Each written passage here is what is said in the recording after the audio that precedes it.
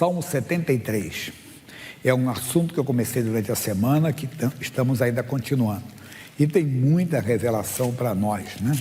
Salmo 73, versículo 28. Ele diz assim, é o último versículo. Mas, para mim, bom é aproximar-me de Deus.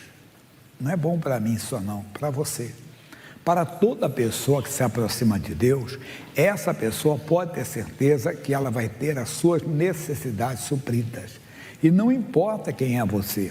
Ele está dizendo, bom para mim aproximar-me de Deus, pus a minha confiança no Senhor para anunciar todas as tuas obras. Então se aproxime dele, não importa qual é a situação. Nós vimos que quando a pessoa se aproxima, ela aprende com ele. Mateus capítulo 5.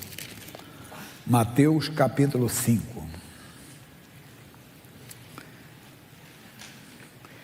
Jesus, vendo a multidão, subiu ao monte e, assentando-se, aproximaram-se dele quem? Seus discípulos. Se aproximam. Os discípulos se aproximaram. Quando eles se aproximaram, o que aconteceu? E, abrindo a boca, os ensinava. Hoje aqui é a boca de Deus, pessoal. Aproxima-te dele lendo a Bíblia. Quer dizer, fazendo seu devocional, pegando todos os dias, você vê mensagem na internet, por exemplo, o missionário coloca, ou a própria mensagem que você recebe na igreja, depois aproxima-te, abrindo a Bíblia, entenda que Deus vai abrir a boca, Deus vai te ensinar, e ensinou para eles o quê? As bem-aventuranças, eles foram bem-sucedidos, se aproximaram. Não fique longe, vamos para Lucas capítulo 5. Esse já é mais conhecido nosso, versículo 39. Capítulo 22, desculpe, falei capítulo 5, capítulo 22, Lucas 22, versículo 39.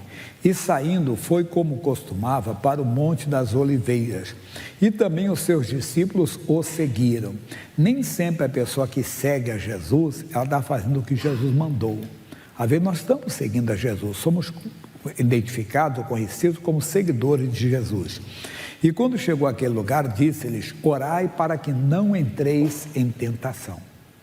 Quer dizer, você deve orar para não entrar em tentação, você não tem que esperar chegar à tentação. Então aproxima-te dele, leia a Bíblia, aproxima-te dele, ore, quer dizer, aprenda a orar, aprenda a buscar a face do Senhor. E apartou-se dele cerca de um tiro de pedra. E pôs-o de joelhos, orava. Primeiro um comentário, apartou-se deles. Por quê? Andarão dois juntos? Se não estiver de acordo. Se você não se aproxima dele, consequentemente você se afasta dele. Aí você se afasta, verdade. E ele diz assim, e pôs de joelho orar, dizendo, Pai, se queres, passa-te mim este cálice, todavia não se faça a minha vontade, mas a tua. E apareceu-lhe um anjo do céu que o confortava. E posto em agonia, orava mais intensamente. E o seu suor tornou-se em grandes gotas de sangue que corria até o chão. E levantando-se da oração, foi ter com seus discípulos e achou-os dormindo de tristeza. Nós temos muitas revelações aqui, mas para outro dia. Nós estamos nesse ponto aqui. Achou-os dormindo de tristeza. Por quê? A pessoa que não ora, a pessoa que fica longe do Senhor, quando vem uma luta, quando aparece uma luta, quando aparece uma guerra, ela se abate, ela se deprime, ela se desanima. Por que ela desanima? Porque ela não está ligada com Deus. Quando você está ligado com Deus, não importa o problema. Quando você está ligado com Deus, não importa a notícia, você tem um Deus. O missionário hoje falava a respeito, né? Por exemplo, da morte. As pessoas recebem a morte de maneira diversas, realmente desespero. Mas nós que conhecemos a Jesus, principalmente quando conhecemos que uma pessoa morreu, mas morreu no Senhor ou com o Senhor, nós não podemos ter desespero. Ah, meu Deus, por que isso aconteceu? Não podia. Não. Ô Senhor, obrigado pelo tempo que eu fiquei com essa pessoa. Teu nome seja louvado. Claro que tem um consolo de Deus, porque é a pessoa que está com Deus, está andando com Deus, as reações são diferentes. Mesmo nos momentos difíceis, as nossas reações são diferentes. Vamos correr agora. E disse-lhes: porque estáis dormindo, levantai-vos e orai, para que não entreis em tentação. Isso aqui eu falo várias vezes. O quê? A diferença do versículo 40 para o 46. No 40 ele disse-lhes: orai para que não entreis em tentação. No 46 diz: porque estáis dormindo, levantai-vos e orai para que não entreis em tentação. Qual é a diferença? Que quando vem a tentação, você tem que estar de pé já. De pé não é uma posição física, é uma posição espiritual, que você não se abate. Por exemplo, o diagnóstico. Uma senhora deu, no culto anterior, ela teve uma espinhazinha, achava que era uma espinhazinha, que inflamou somente, quando foi ver, não era um tumor maligno.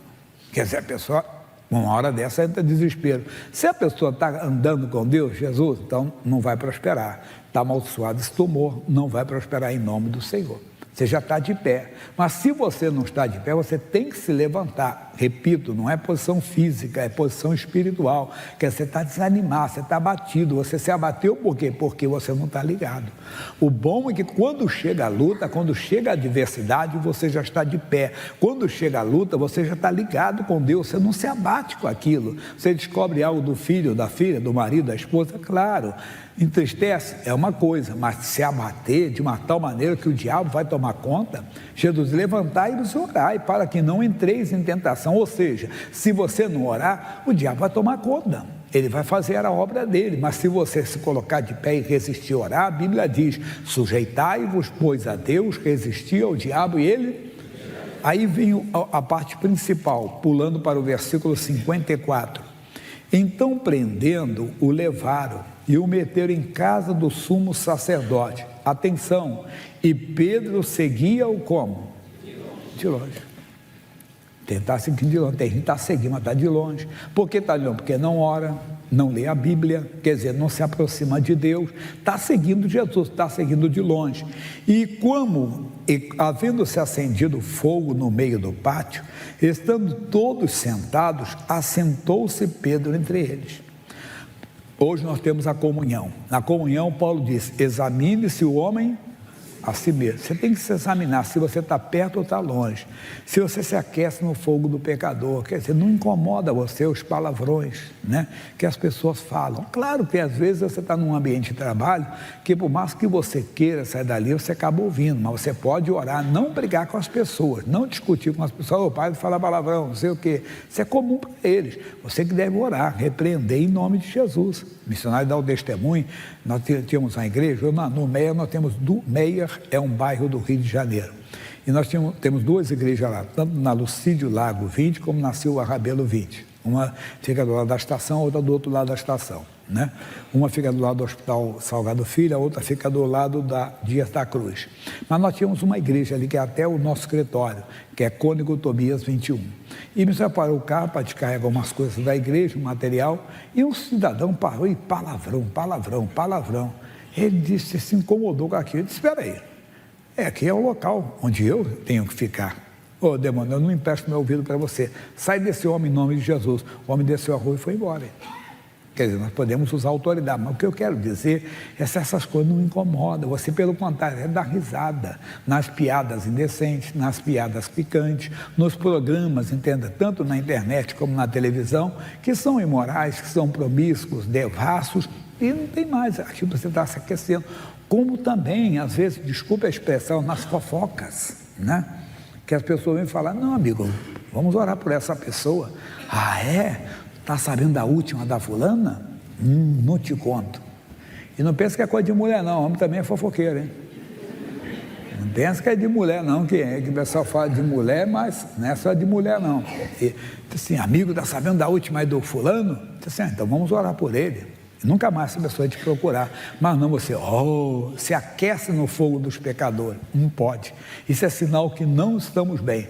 Aí vem a palavra que Deus me deu, que eu falo assim, a revelação. O que é revelação? O entendimento. E como certa criada, vendo estar assentado ao fogo, pusesse os olhos nele, disse: esse também estava com ele. Porém ele negou, dizendo: mulher, não o... O que o Pedro está fazendo aqui, pessoal? Mentindo? Como é que você não conhece Jesus? Jesus salvou Pedro quando estava afundando lá no mar da Galileia. Pedro simplesmente viu Jesus ressuscitar a filha de Jairo. Não foi só ele, foi João, Pedro, Tiago. Nós vamos falar sobre isso daqui a pouco, né? Quantas pessoas, entenda bem, estão desta maneira, negando hoje Jesus. Mas por quê? Aí qual é a revelação, pastor Jair? É que aquela mulher diz: como pode você, um seguidor de Jesus, estar aqui no nosso meio? Imagine que alguém descobre uma pessoa, um cristão, dentro de um prostíbulo. Já pensou? Ué, você é crente, você está aqui nesse lugar? Ou você é crente e está assistindo isso? Ou você é cristão e está ouvindo isso? Quer dizer, falando da vida dos outros.